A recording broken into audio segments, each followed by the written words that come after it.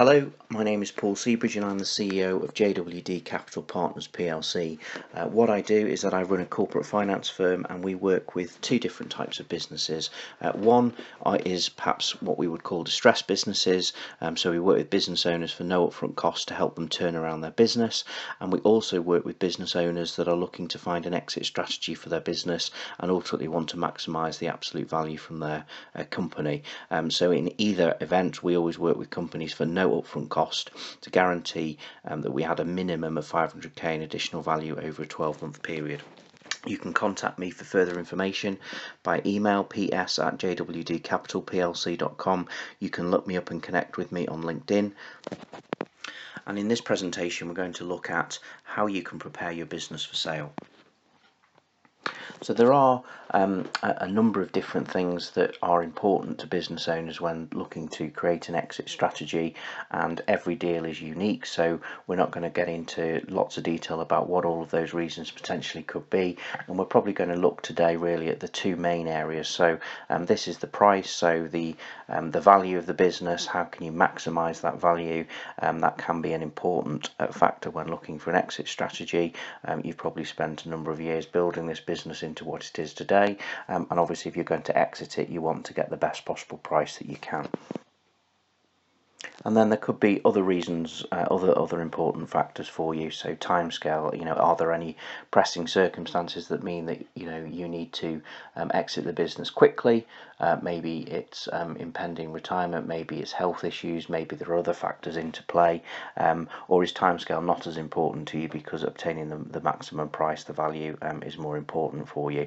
A famous deal in 2007, literally before the recession kicked in, John Hunt of Foxtons, pretty large, very well known, very strong branded estate agency business, which he built up over 20 plus years. He did a deal with a private equity firm, and he managed to secure a sale at the top of the market for, in my opinion, probably the best price he could have possibly ever achieved, and I think he sold it for just shy of 400 million. How did he manage to get that business sold at the height of the market for the absolute best price? We're going to talk through some of the things that we would look to work with a business owner on in basically getting the house in order so that you're going to make your business sell for as much money as possible. So we're going to assume that timescale is not a huge factor in play in this particular scenario, and in reality, to maximise the price for a business sale, this example that we're going to talk through today is probably a 12 to 18 month period from today, getting the house in order to ultimately put the business in a position that means it's going to sell for the absolute best possible price. So there are obviously scenarios where a business maybe needs to be sold in a lot quicker timescale for that. We're not going to cover that off today, and it's not to say that in a shorter time frame you can't do some of these things that we're going to talk through now. But in this example, we're assuming that we've got a 12 to 18 month window to get the business in really good shape so that we can move it on and sell it for the best possible price. So I guess looking at some of these areas, the first thing that probably makes your business what it is today has a lot to do with you as the business owner, and what a new owner is going to be concerned with perhaps is that if you're looking to completely exit this business, so sell up and go off and do other things and not have any involvement in the future of the business once it's sold, a new owner has got to be concerned with how much goodwill, I guess, is tied up with you as the business owner.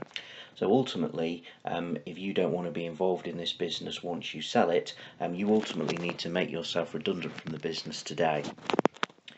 Because the way some deals can be structured is that maybe there is a period of handover, maybe there is an earn out, so you get some cash maybe for the business, but the bulk of the deal is probably tied up in you hitting further objectives into the future, maybe over a 12 or 24 month period.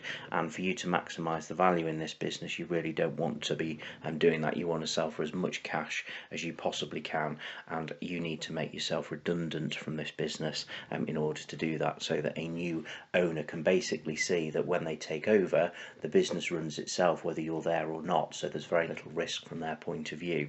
So how do you make yourself redundant in your business? Well, ultimately you need to look at your current employees and think, is there somebody in this business today that could be the managing director? And if the answer to that question is yes, well, you work with that person over a 12-month period to mentor them and basically make sure that they're in the driving seat of this business, so that they can operate it and run it without too much interaction from yourself.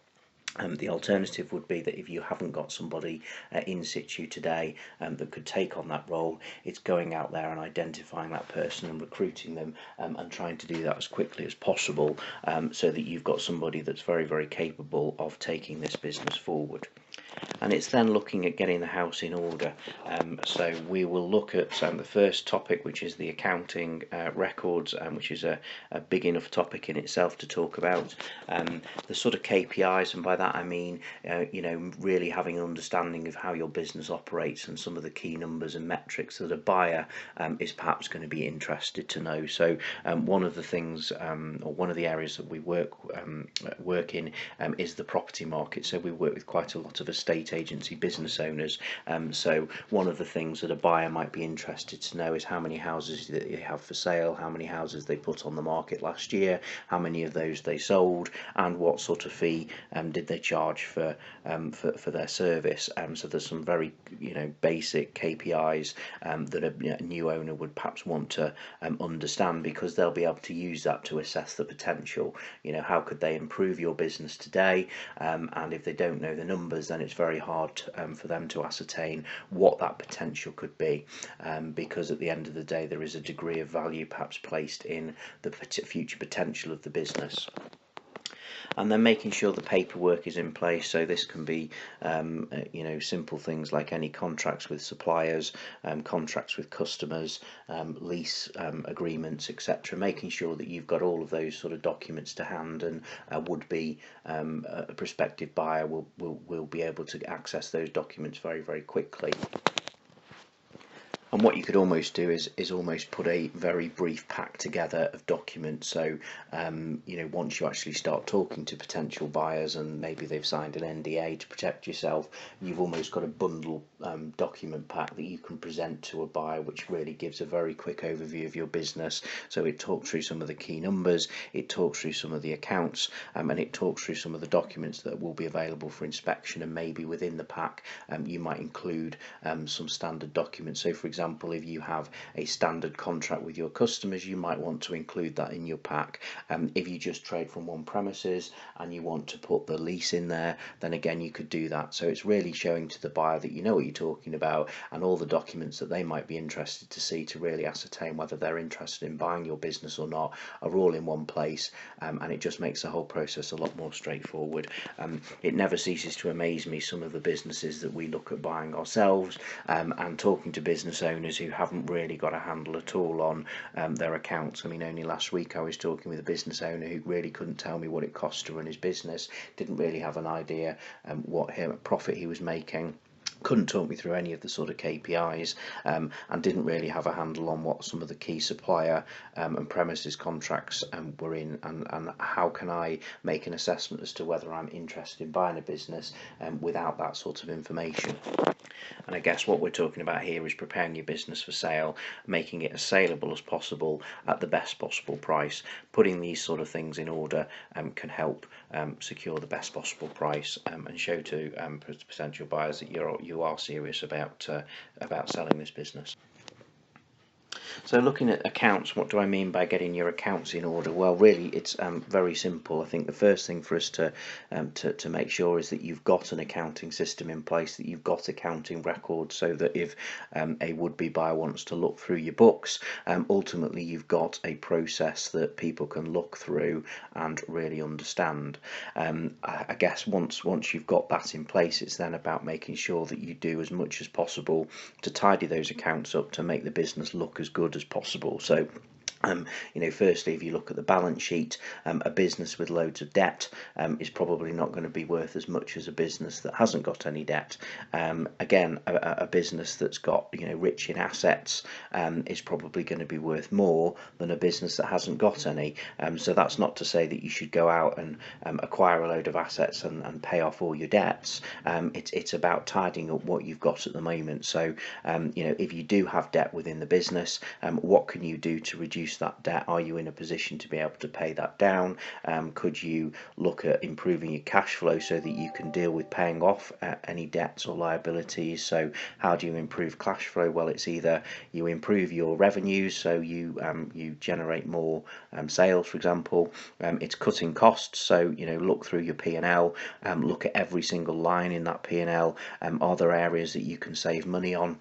Simple things like, if you operate from a number of premises, could you consolidate your utilities and get a better deal than you get today? Are there any areas that you're spending money on that you think you could cut down? So to give you an example of that, we had a business in the north of England. It was a health and beauty business that also had a gym attached to it, and we noticed when we looked through the P&L that they were spending about £500 a month on refreshments. It turned out that we gave customers free refreshments. Now, whilst the benefits of doing that and good customer service and offering customers that opportunity is a good thing, if you look at this from a selfish point of view, I want to sell my business, I want to make sure that the books and the accounts are in order. Could I live for the next 12 months without paying for customer refreshments? Yes, I probably could. So we saved ourselves £6 grand a year just by putting a vending machine in place, so customers still had the opportunity for refreshments, but they obviously had to pay for it themselves, and we stopped doing that. So that's just one example. It's going through absolutely every line in your P&L and asking yourself the question, do I really need this? Could I cut this out? And if you can cut some costs, then you're obviously going to improve your profit result, which is I guess a key criteria when valuing a business.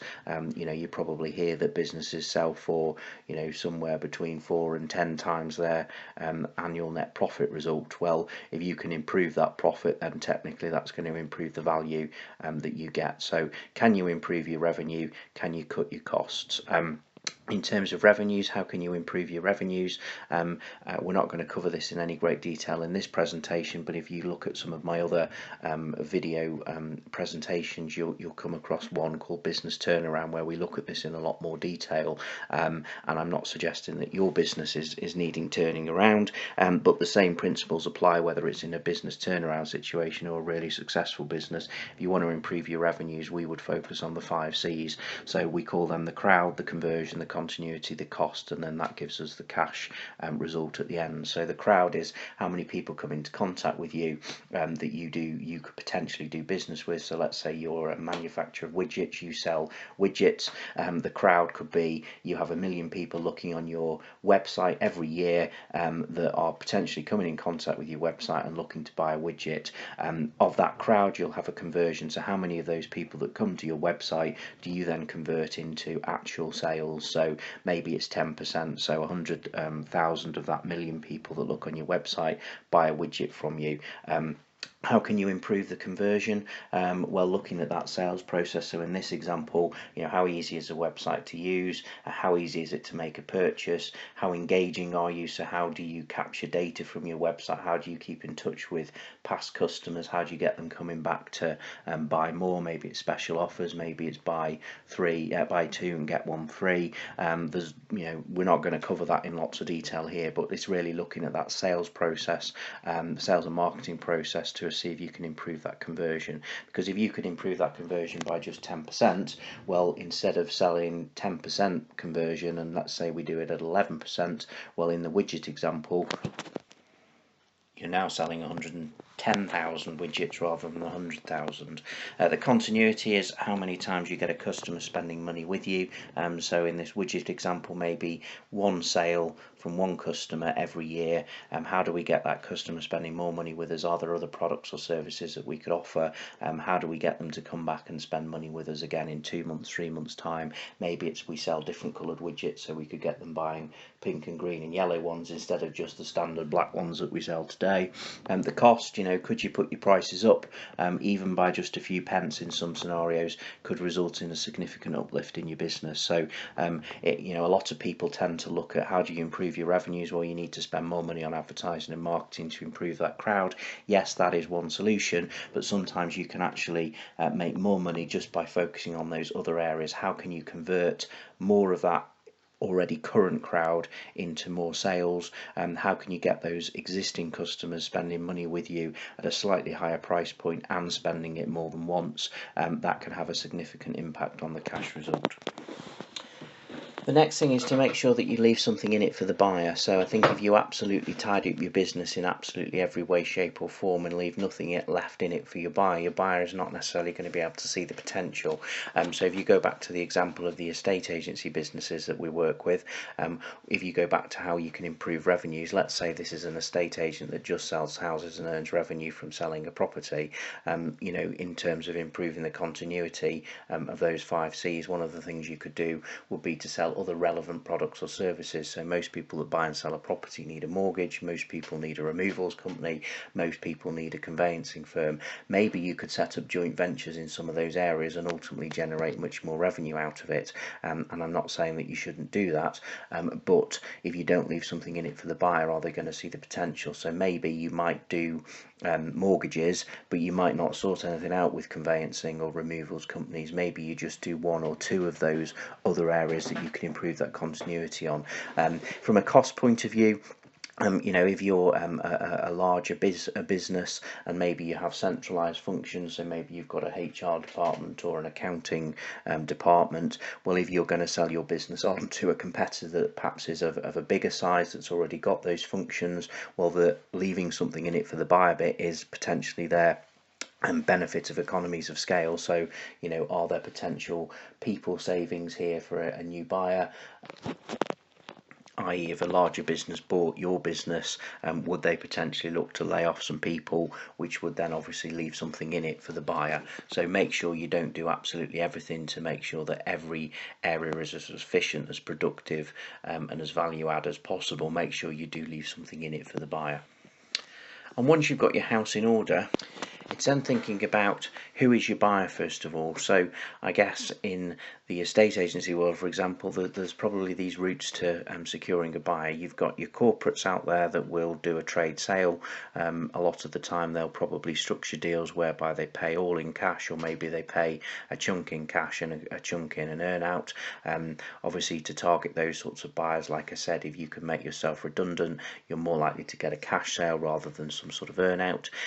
You could look at a local operator, so that could be a competitor or it could be a business that's relevant to what you do. So maybe if you use the estate agency example, let's say you have a 3 or 4 office estate agency, could you sell it to a slightly larger business that we know is profitable and good, that doesn't necessarily operate in your area? So you as an acquisition could be a good bolt-on from their point of view. Or it could be a relevant business, so maybe it's a mortgage firm that wants to sell more mortgages. Well, if they owned an estate agency business, then potentially there's that opportunity. So identify local operators that could use this as a bolt-on acquisition. Could you sell it to your employees, a group of them or one of them, or somebody local that's a very good operator that perhaps is contemplating running their own business? I guess the only downside with those sorts of people is potentially how they actually fund the deal. Because if they're working for somebody, then unless they have got lots and lots of savings, they're probably not in a financial position to buy a business. One of the things that we do as a corporate finance firm is that we actually work with those sorts of people in that we actually back them. So if they've got a track record, we'll give them the finance to be able to go and buy a business. than obviously them actually trying to raise the funds themselves. Is there a private investor out there that's just looking for a business that they know if they buy, it looks after itself, and they could, for 100 grand, could maybe get a 20% return on their funds? There might be private investors out there that could be looking in your sector, or are there other ways to secure your buyer? But we typically find that they're probably the main areas that people will, your buyer is probably going to come from in most circumstances. And it's then working out how do you market to those people. So I actually say don't put your business up for sale and don't contact a business transfer agent. And I'll be completely frank with you, the reason why we don't tend to work with those sorts of businesses, and I'm not saying that they're all like this, but they have to justify their listing fees, and if you want to get a good fee, well, you're probably going to dazzle a business owner by telling them how many millions their business is worth, when actually in reality it's probably not. And I think you can market your business yourself. We've already identified potentially four areas that you could find a buyer from. It's ultimately about you connecting to those people. So you could work with a corporate finance firm like ourselves, for example, and we can help you find out who your buyer is, and we can confidentially market your business to them. Again, if you were using us as an example, we don't charge anything for that service. There's no upfront cost whatsoever, and it's purely the only way we get remunerated is if we actually get a deal for you, and obviously a deal at the right price. So ultimately we make our money when we create what we're talking about here, rather than charging a load of money up front for no real gain. So I hope you found this presentation useful. As I said, my name's Paul Seabridge, CEO of JWD Capital Partners. You can look me up on LinkedIn. You can email me ps@jwdcapitalplc.com. We work with business owners for no upfront cost to help them either turn around their business or find an exit strategy that's going to maximise the value. In any case of any type of business that we work with, we're only going to work with businesses where we're very confident we know we can guarantee to add a minimum of £500,000 in additional value over a 12-month period. If we can help you in securing one of these things, then do get in touch with me. Thank you for your time.